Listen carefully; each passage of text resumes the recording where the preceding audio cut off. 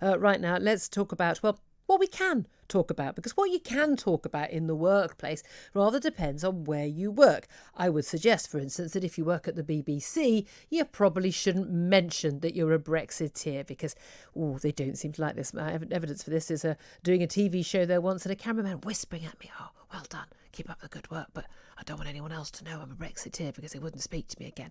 Well, this is kind of on the scale of what is happening across academia. A new report from the Policy Exchange think tank suggests that in higher education institutes, we are seeing a massive threat to academic freedom. People are having to self-censor or face discrimination if they say they vote a particular way. No, not for the BNP, but simply for the Conservatives, or even having supported Brexit. So what's going on? Let's talk to Toby Young. He's General Secretary of the Free Speech Union and joins us now. Good morning to you.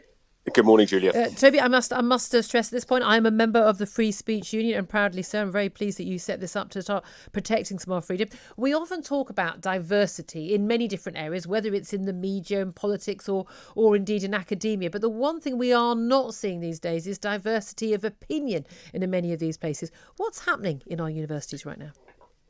Well, I'm afraid they're becoming more and more of an ideological monoculture in which, as you say, every form of diversity is championed apart from the most important one, which is viewpoint diversity. And this new report by Policy Exchange lays bare, I think, the extent of the free speech crisis. And it's really helpful to have, because often when you flag this up to people, they claim that it's just a figment of the paranoid imagination of pale, stale conservatives like me. And there isn't any real problem. It's just that we are taken less seriously and don't have the same voice and audience that we used to have. And that's all that this is about. So it's really useful to have this report showing just how extensive this problem really is. So they for instance, they asked a representative sample, or got YouGov to ask a representative sample of over 800 academics how they voted in the 2017 and 2019 general elections, and shock, 75% voted for Labour, the Liberal Democrats or the Greens, and less than 20% voted for right-leaning parties. And they also asked academics whether they'd be embarrassed to sit next to people with dissenting views. So almost half said that they would feel uncomfortable sitting next to a known Leave supporter. God forbid. At lunch. But wait, it gets worse. Only 37% said they'd feel comfortable sitting next to someone who, in relation to transgender rights, advocates a gender-critical feminist view. So if you, for instance, think that trans women shouldn't be able to compete in women's sports, shouldn't go to women's prisons, shouldn't be able to enter women's refuges, go into women's changing rooms, then only about a third of people would feel comfortable sitting next to you in the university canteen, which is quite extraordinary, isn't it? But again, what is particularly extraordinary, and it doesn't matter to me how any particular academic votes or doesn't vote, or other than the fact that it's the fact that they seem to be so bothered by other people having opinions. And it's very noticeable on social media how prominent people are who in academia and NHS as well. And again, we see this in the BBC as well, but there's a very prominent people giving their views because whether they're Remain or they're sort of seen as sort of Labour liberal lefty views, and that being totally acceptable and seen as being completely within the norm and fine. But anyone who expresses any views that aren't within that particular sort of circle being considered to be beyond the pale and unacceptable. It wouldn't occur to me as a Leave voter who I mean, again, I voted for virtually every political party other than the Greens over my lifetime. I've got family members. We have massive big rows about Brexit. We're split almost down the middle on Brexit issue. Voting, people voting Labour, Lib Dem, Tory, Brexit Party, everything, in between. But it wouldn't occur to me to be bothered by either a colleague or a friend or a family member having a different political view from me. Why is it that academics, who are supposed to be the people running institutions where young people turn up to have their minds broadened, aren't broad-minded themselves? Yeah, it is odd. I mean, I think that to be fair to the authors of this report, they don't claim that academia is less tolerant of dissent than other professions. And, they're probably right about a lot of professions. You mentioned earlier the mainstream media, particularly the BBC. There's probably not much tolerance for dissent in the BBC, even though outside the BBC's headquarters they have a statue of George Orwell and the quote, "If liberty means anything at all, it means the right to tell people things they don't want to hear." But that doesn't seem to apply, that rule, even though it's on the statue outside the building, to people inside the building.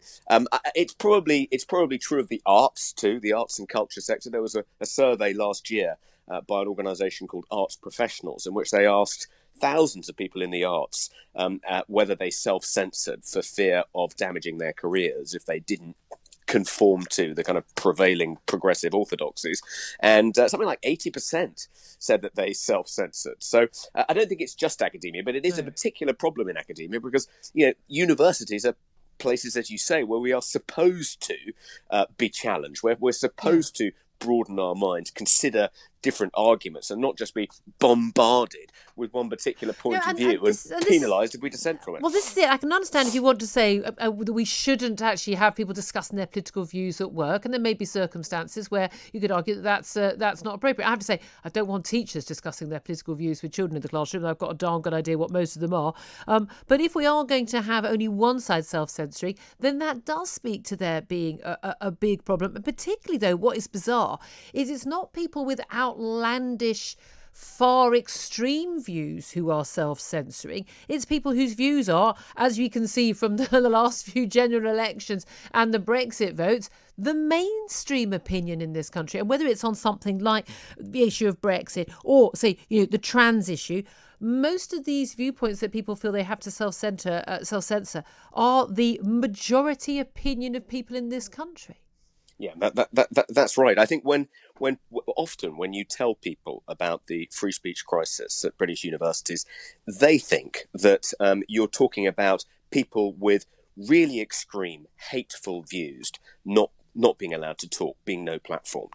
And some people think, well, that's fine. Free speech doesn't mean you should be able to spout hate speech. But, it's not actually, as you say, it's not people with extreme views that frequently get no platform. More and more frequently, people like Peter Tatchell, Germaine Greer have been no platformed. Jenny Murray, for instance. Jenny Murray was no platformed at Oxford University. I went and spoke at Hull recently to a politics society, and I asked if there'd ever been any protests, because we were in a building called the Larkin Building, named after Hull's most famous alum, Philip Larkin, the poet. And, he said some pretty outrageous things, particularly by today's standards, particularly in his private correspondence with Kingsley Amis, which has now been published. I said, have any students ever protested about this building being named after this poet who said some racist things in the past, even been accused of anti-Semitism? They said, oh no, not a whisper about that. But when we tried to name the lecture theatre the Jenny Murray Lecture Theatre, the protesters were out in force. So as you say, it isn't extreme views that are being censored on campus. It's actually pretty moderate views. If the presenter of Woman's Hour is accused of hate speech, well, none of us are safe. No, exactly. I don't think any of us is safe, which is one of the reasons why I remember the Free Speech Union. General Secretary of the Free Speech Union, Toby Young, thank you very much indeed for joining us.